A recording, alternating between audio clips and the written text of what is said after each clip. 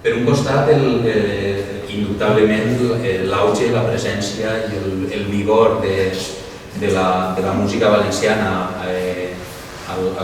conjunt del País Valencià, però també al sud. Veureu com la fornada de joves estudiants de la Universitat d'Alacant que han format i formen part de grups principals de música en valencià, de música valenciana, en aquests últims 20 anys, que també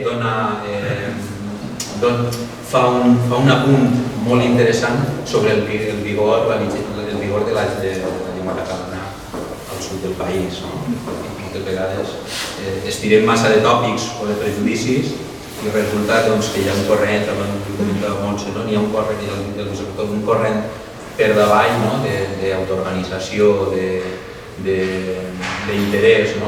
per la nostra presència, sempre en un punt entre combatiu, alegre, en fi, els versos de Vicent Andrés Estellés ja ens apunten.